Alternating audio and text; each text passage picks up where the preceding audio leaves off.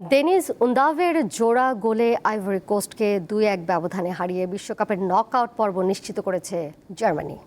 আর গোলকিপারের বিরুদ্ধে ইকুয়েডরের বিপক্ষে গোলশূন্য ড্র করে ইতিহাস গড়ল কুরাসাওয়া। অন্য ম্যাচে সুইডেনকে ৫-১ গোলে উড়িয়ে দিয়েছে নেদারল্যান্ডস। তিউনিশিয়াকে ৪-০ গোলে হারিয়েছে জাপান। আন্তর্জাতিক মান, সেরা ফায়ার রেজিস্ট্যান্স, বিআরবি কেবলস। ২০১৪ আসরের পর এবারই প্রথম বিশ্বকাপের নকআউটে উঠল জার্মানি। ১২ বছর আগের সেই বিশ্বকাপে চ্যাম্পিয়ন হয়েছিল তারা। এরপর দুটি বিশ্বকাপে জার্মানি বাদ পড়েছে গ্রুপ পর্ব থেকে।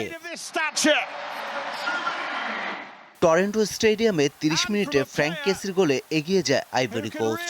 তারপর বদলিনামা ফরোয়ার্ড ডেনিস উন্দাভের জোড়া গোলে শেষ পর্যন্ত জার্মানি ম্যাচ ২-১ গোলে জিতে বিশ্বকাপের নকআউট পর্ব নিশ্চিত করে।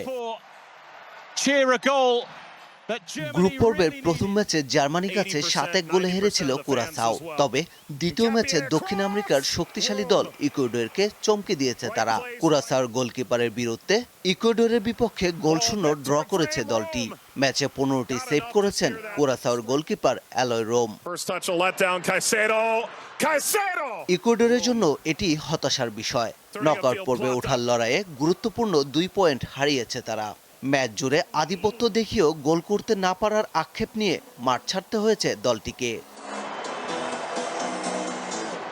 বিশ্বকাপের মঞ্চে নতুন ইতিহাস লিখল নেদারল্যান্ডস।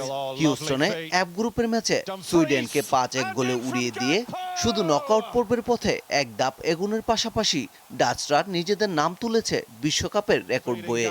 ৫ বারে বিশ্ব চ্যাম্পিয়ন ব্রাজিলকে পেছনে ফেলে বিশ্বকাপে টানা ১৪ ম্যাচে অপরাজিত থাকার কৃতিত্ব এখন নেদারল্যান্ডসের।